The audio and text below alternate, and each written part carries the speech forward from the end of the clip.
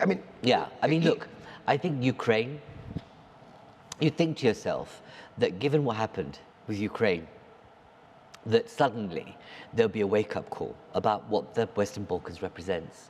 Not simply just from a security perspective, but thinking actually, how do we protect this ideal of EU, this idea of universality, human rights, etc., and also economic growth?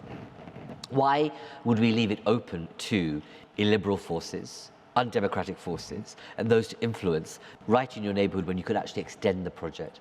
And I think what's the shame about this is that what we've done is, and rightly so, say Ukraine should be brought in. What's missing in this is strategic thinking at the highest level of the European Commission to say, how do we treat the Western Balkans as a bloc, as our new frontier for peace, our new frontier for economic growth, but also make sure we ward off the forces of illiberalism and autocracy. You can only do that if you're forthright and forceful and decisive. Now, what needs to happen at the other end is that the likes of, the 6 or 7 prime ministers need to come together and say, actually, together and united, we'd be really very powerful in terms of being able to negotiate a different kind of deal. Why don't we suggest a different model of engagement? Stop putting us through individually.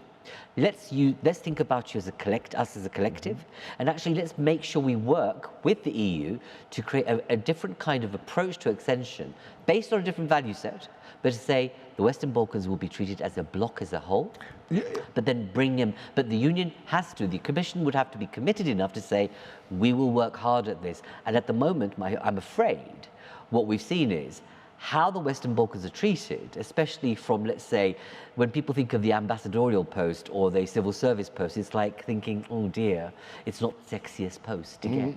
It's not for, career civil servants. But that should be turned around. It should, and this is not to do a disservice to all those good people who are here and those ambassadors who are here.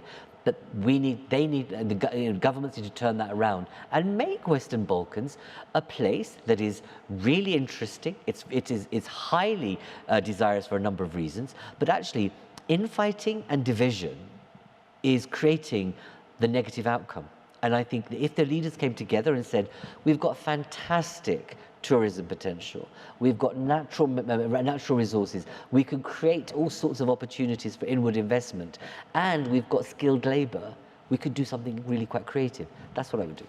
Oh, well, but let me ask you, you're coming from Brussels. I am indeed. The headquarters of your organization is in Brussels.